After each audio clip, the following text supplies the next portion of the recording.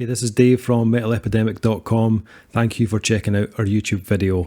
Please feel free to hit the subscribe button below if you like this type of content, and we hope you enjoy the review.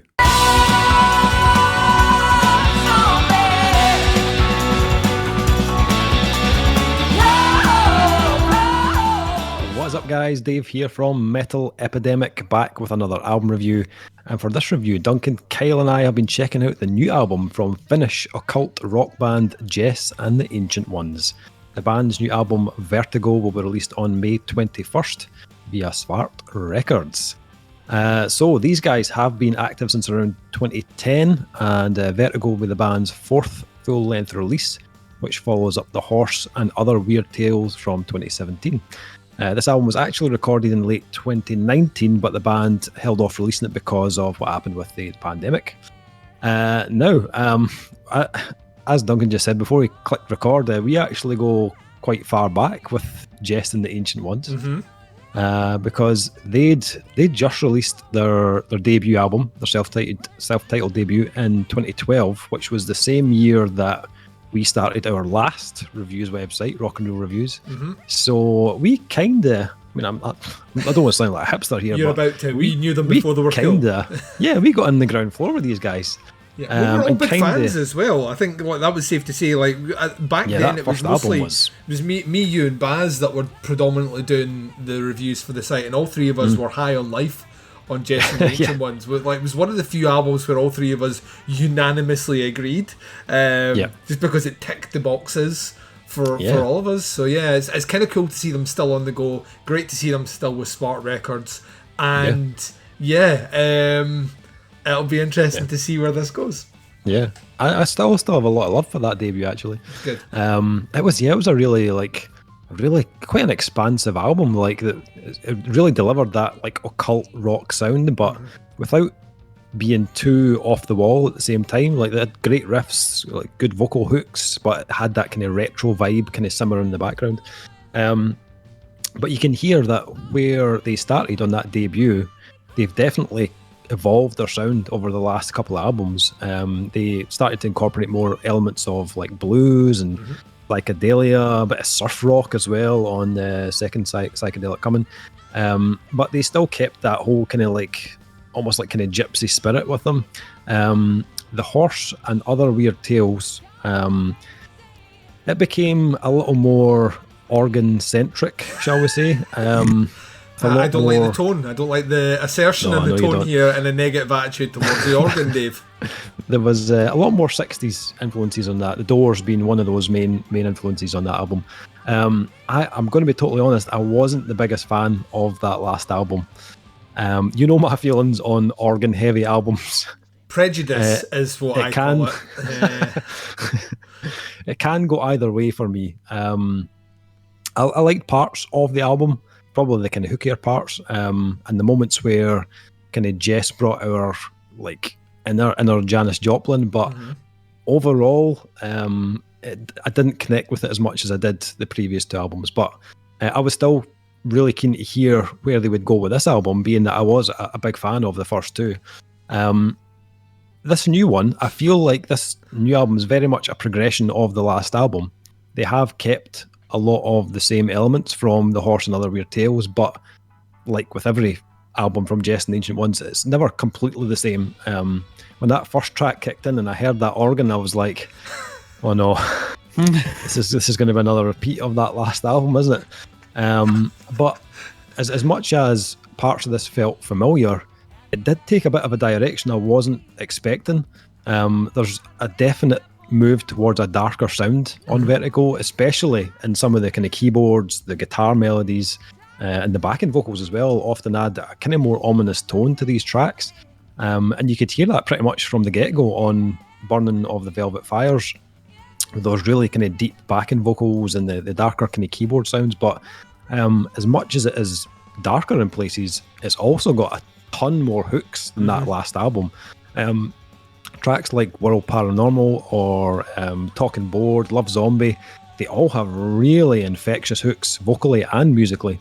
And I think partly that's down to the arrangements on this track, on the album, sorry. It seems like a far more focused album, like they've again paid a bit more attention to the detail of the tracks, and I think it's really paid off because this album hooked me in straight away. Also dynamically, the way they pull back a little during the track, and then when they let loose those big moments, when they hit out, they kind of land with even more impact.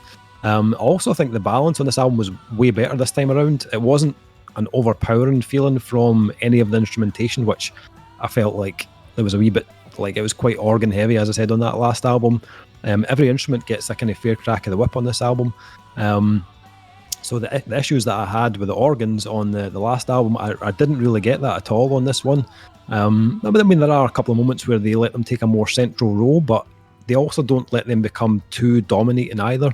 And as always, the vocals from Jess are fantastic. She has a crazy good tone, and her range is unbelievable. I thought her choice of melodies, and once again, I just thought she knocked it out of the park on this album. Especially if you listen to What On Your Mind, I think it was called. Some of the notes she's hitting on that track, really like difficult notes to hit, but she just does it with ease. My only kind of small criticism on this album was I felt there was a little bit of a kind of lull in the middle of the album around track 5 and 6.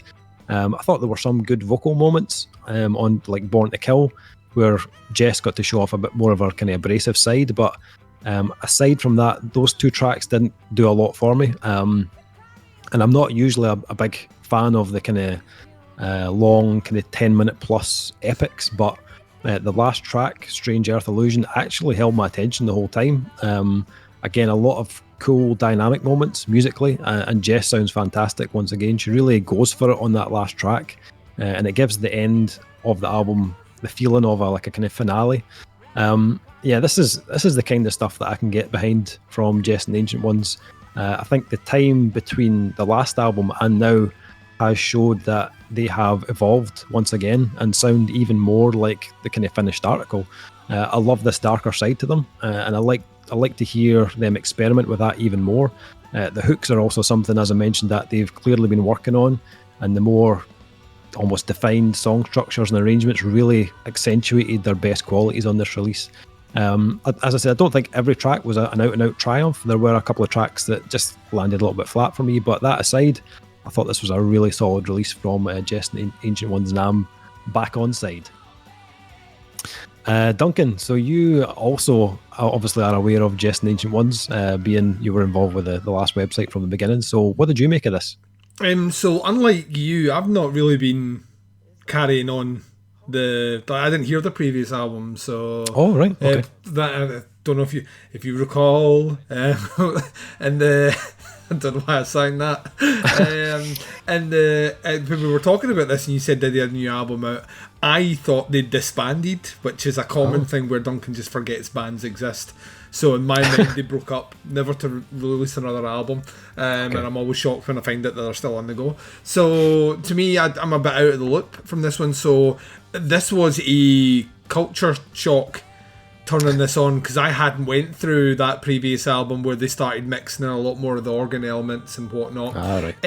Jess and the Ancient Ones on Vertigo sound like what would happen if you took Ghost, Orange Goblin and Twin Temple and put them in a NutriBullet, blended yourself up a nice bit of dark kind of 70s inspired rock bluesiness smoothie, shove a little umbrella and a sparkler and then sit down and sup that sumbitch. It's like genuinely what kind of flung me, and in the best possible way. This is a surprisingly commercial album. Like, surprisingly commercial. Like, her melodies on all those choruses are fucking brilliant. Like, just great. Musically, it's fun, it's quirky, it's dark, it goes a little bit exploring. The organ, I'm sorry, more organ in bands, right? I'm not like Dave. I don't come in with those prejudices against key-based instruments, Dave. I think it works wonders here, but I think it's used in the same way that a band like Ghost would use it, and unlike a band like The Who would use it. And The Who, the organ is almost equal billing with every other instrument.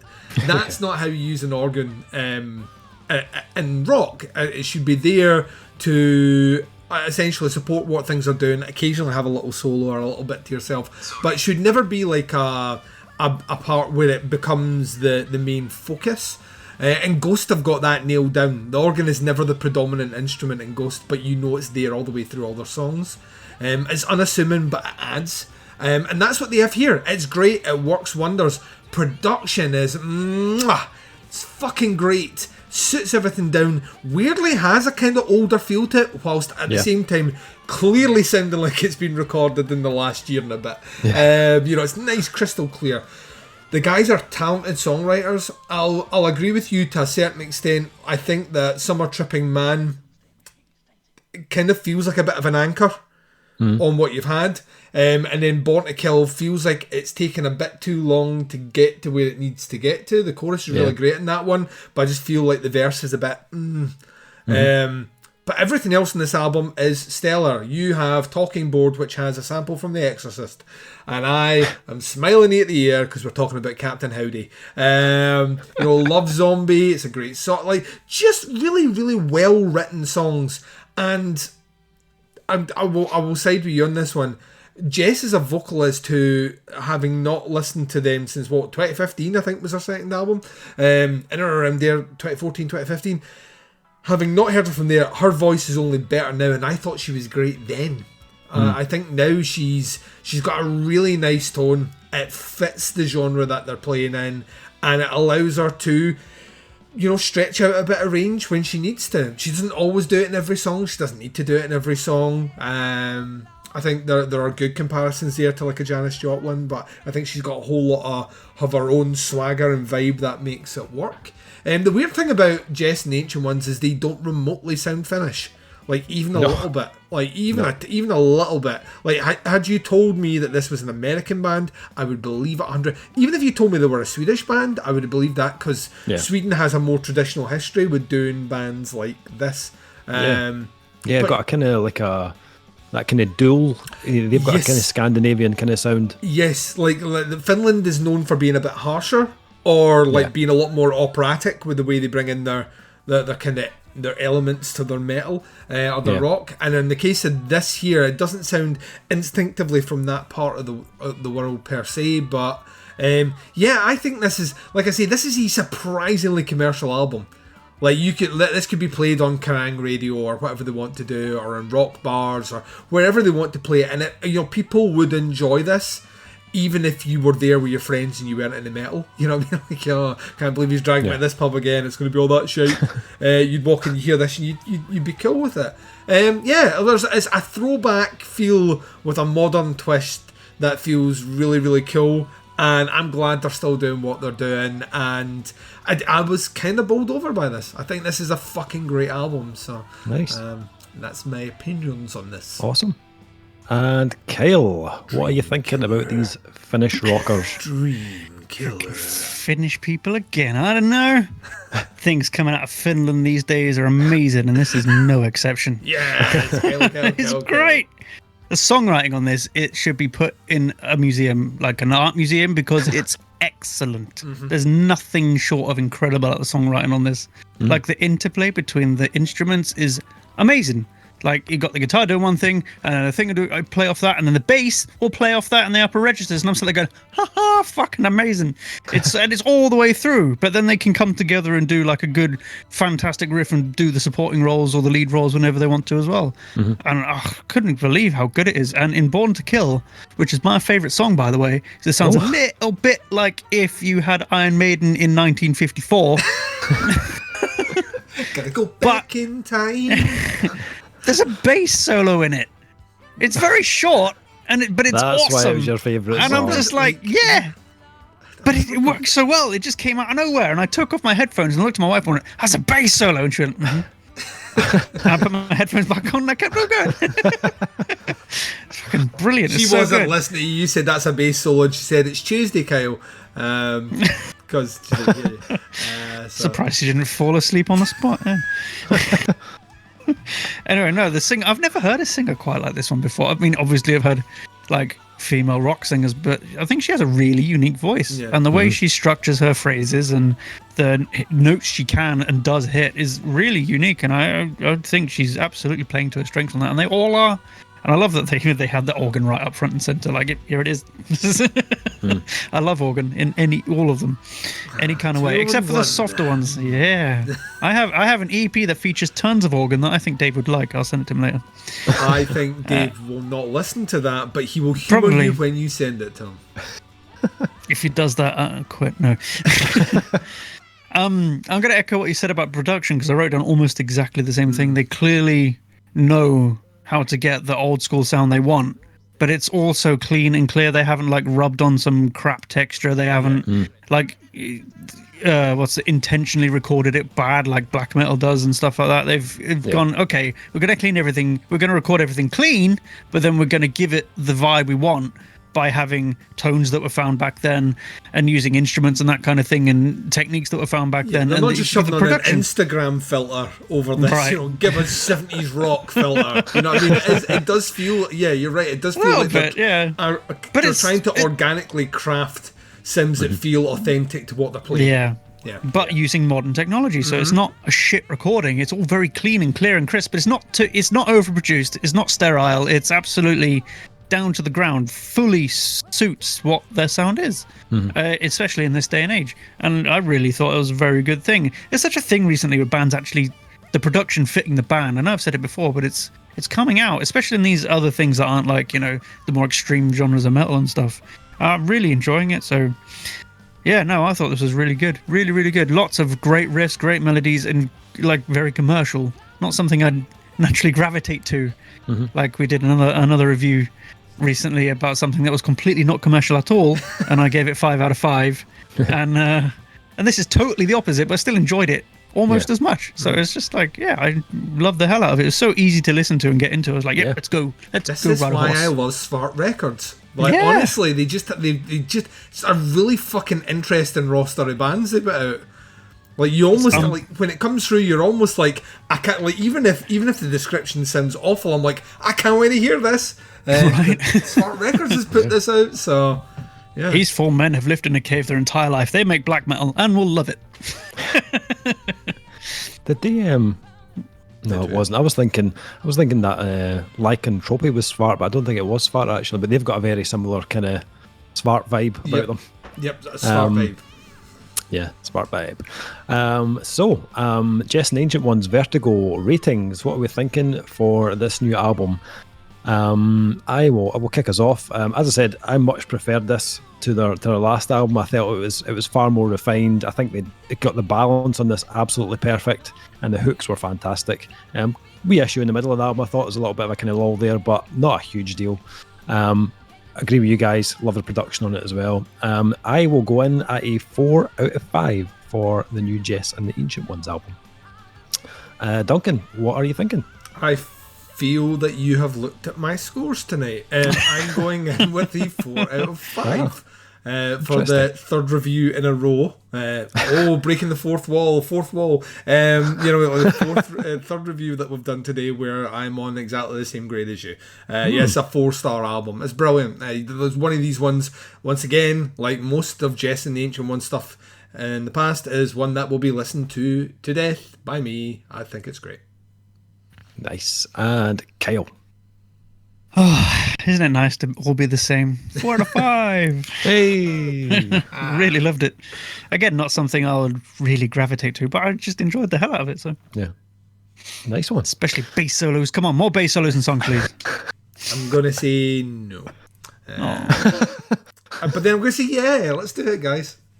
Yay! I'm gonna say fuck you. I'll write my own bass solo.